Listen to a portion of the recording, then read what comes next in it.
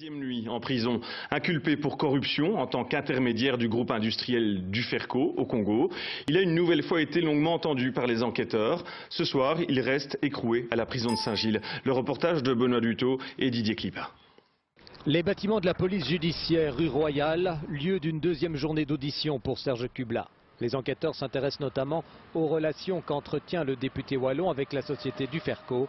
Son avocat nous confirme qu'ils ont collaboré pendant plusieurs années.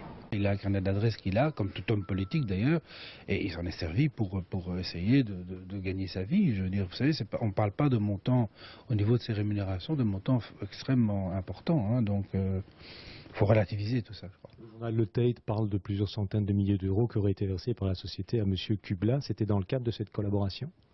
C'est ça. C'est dans le cadre de cette collaboration, mais ça s'étale sur plusieurs années. Il ne faut pas imaginer que ça s'est étalé sur une période très courte. C'est donc depuis plusieurs années qu'ils collaborent pour essayer de s'implanter sur le marché africain. Serge Kubla servait donc d'intermédiaire entre Duferco et les autorités congolaises. N'ayant pas réussi à pénétrer le marché de la sidérurgie en RDC, Duferco a décidé d'investir dans la loterie congolaise. C'est dans ce cadre qu'intervient l'enveloppe de 20 000 € au centre du dossier. Pour ce travail-là, mais également ce que la presse n'a pas trop dit, pour couvrir l'ensemble de ses frais liés à cette activité, il y avait des sommes qui lui étaient versées. Les frais, c'est les frais de voyage, les frais d'hôtel, les frais de restaurant, etc., qu'il avait sur place pour rencontrer les personnes. Et des montants qui étaient déclarés a priori? Tout à fait. Ce sont des montants qui sont attribués à une société de droit maltais, ce qui est parfaitement licite, et les dividendes qui étaient attribués à M. Kubla par cette société de droit maltais font l'objet de sa déclaration fiscale en Belgique, donc il n'y a aucun problème fiscal. Il reste à la justice à déterminer si Serge Kubla a participé consciemment à la corruption. De nouvelles auditions auront lieu demain matin. Serge Kubla passera donc une deuxième nuit à la prison de Saint-Gilles. À l'origine de cette troublante affaire, le décès suspect d'un expert comptable impliqué dans des transactions financières avec le Congo. C'est au cours de cette enquête que le nom de Serge Kubla est apparu. Les détails avec Sébastien Rosenfeld et Denis Caudron. À l'origine de l'incarcération de Serge Kubla, une disparition inquiétante. Tout commence il y a 6 mois lorsqu'une femme signale aux autorités belges que son ex-mari ne donne plus signe de vie depuis son départ au Congo. L'homme est expert comptable. Les enquêteurs belges découvrent alors que le disparu joue le rôle d'intermédiaire dans une grosse opération financière entre la Belgique et le Congo. L'objectif serait de reprendre la gestion de la loterie nationale du pays après le limogeage de ses dirigeants. Duferco serait le principal investisseur, le groupe sidérurgique y verrait l'occasion de créer des opportunités pour ses activités. C'est alors qu'apparaît le nom de Serge Kubla. Depuis sa nomination au poste de vice-président wallon chargé de l'économie en 1999, celui-ci entretient des liens privilégiés avec le groupe Duferco.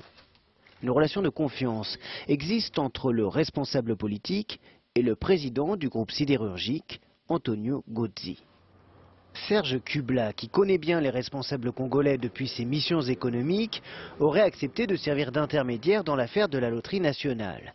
Il aurait ainsi remis 20 000 € à l'épouse de l'ancien Premier ministre, Adolphe Musito.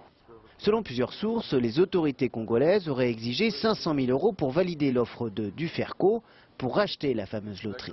Les 20 000 € ne seraient qu'un acompte.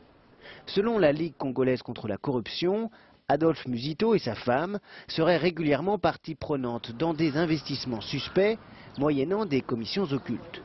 Reste désormais à déterminer le rôle de chaque acteur dans cette étrange affaire. Serge Kubla était donc l'intermédiaire du groupe Duferco. Dans cette affaire, la justice doit donc désormais définir s'il a ou non enfreint la loi. Et pour l'heure, les députés wallons s'interrogent et estiment qu'éthiquement, un mandataire politique doit éviter de s'exposer dans de telles affaires. Des réactions recueillies à Namur par Christophe Clément et Michael Dans. Personne ne demandant la parole. Serge Kubla a siégé durant plus de 30 ans sur les bancs du Parlement wallon. Dans les coulisses de l'Assemblée, son incarcération ne laisse donc personne indifférent. Jean-Paul Wall, un de ses amis proches, se dit bouleversé. Jamais l'ancien ministre wallon de l'économie n'avait évoqué avec lui un quelconque rôle d'intermédiaire. J'ignorais totalement qu'il pouvait avoir un rôle là-dedans. Ceci dit, il est possible qu'il ait eu en toute légalité. Et ça, c'est évidemment l'enquête qui le déterminera. Ce qui lui est reproché aujourd'hui, manifestement, sont des faits graves qu'il nie évidemment. Donc je pense qu'il y a une présomption d'innocence, mais le maire lui a demandé de faire un pas de côté. Je pense qu'il est nécessaire de faire ce pas de côté. Hier, dans le RTL Info 19h, l'avocat de Serge Kubla nous expliquait, je cite, qu'il est impossible de faire des affaires au Congo d'une autre manière. Alors question, la corruption est-elle un passage obligé pour décrocher des contrats en République démocratique du Congo? C'est en tout cas ce que pensent de nombreux observateurs, dont des Congolais. Jean-Pierre Martin, Vincent Wilbert. Nous sommes près de Lubumbashi, la capitale du cuivre. À main nue, des adolescents creusent pour extraire des minerais. Jamais ils ne seront riches. Le revenu de ces richesses profite à d'autres, au pouvoir du président Kabila et à son clan, aux entreprises étrangères aussi, qui pour s'implanter dans le pays et générer des bénéfices, n'hésitent pas à payer de copieux dessous de table, comme le confirme le président de la Ligue congolaise contre la corruption.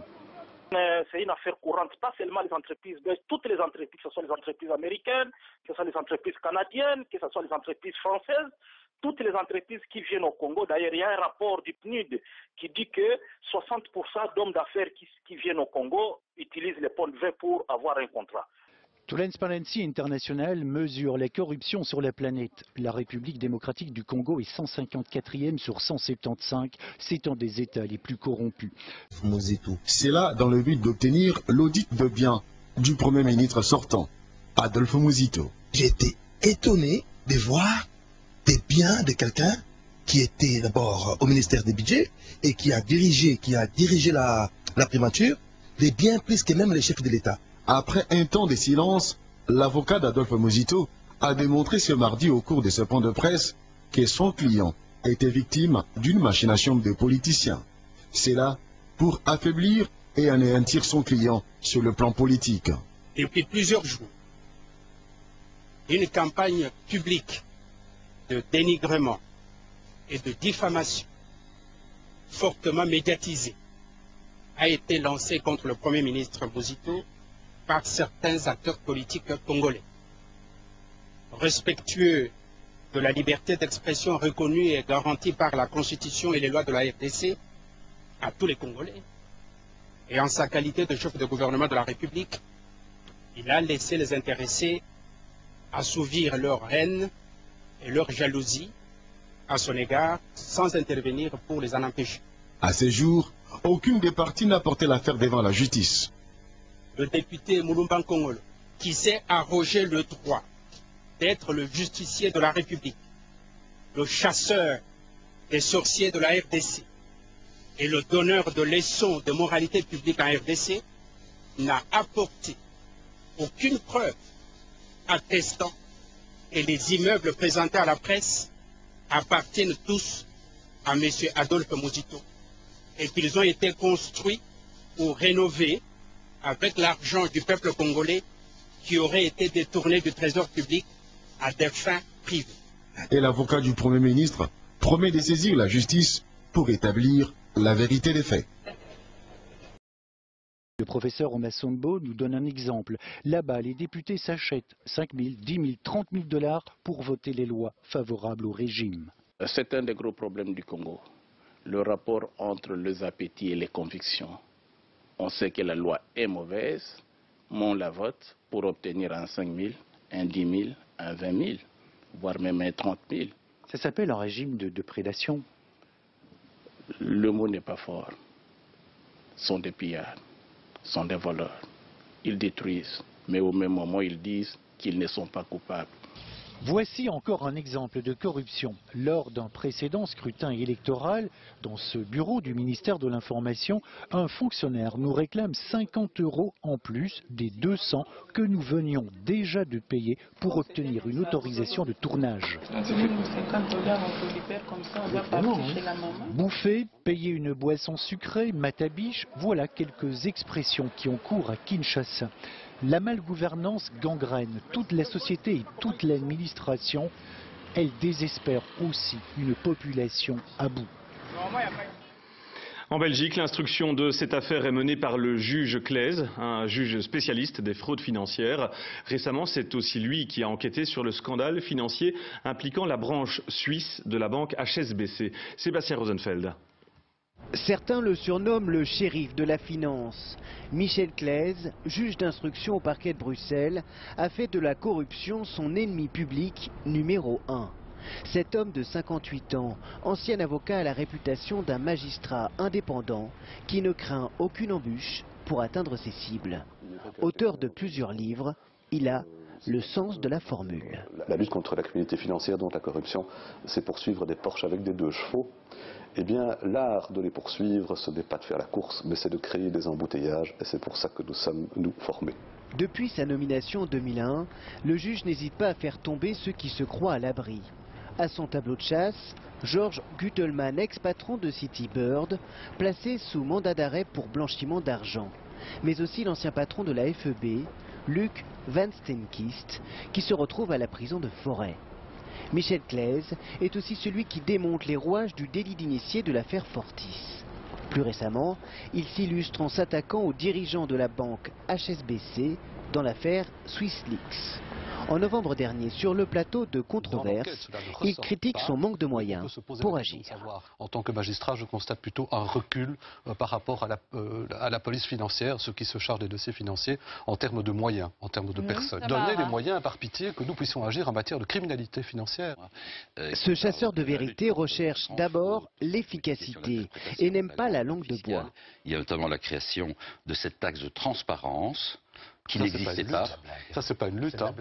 Ça, c'est pas lutter, je veux dire. Oui. Abus de biens sociaux, fausses factures, escroqueries sont le quotidien de ce juge atypique. Serge Kubla se retrouve désormais dans ses filets.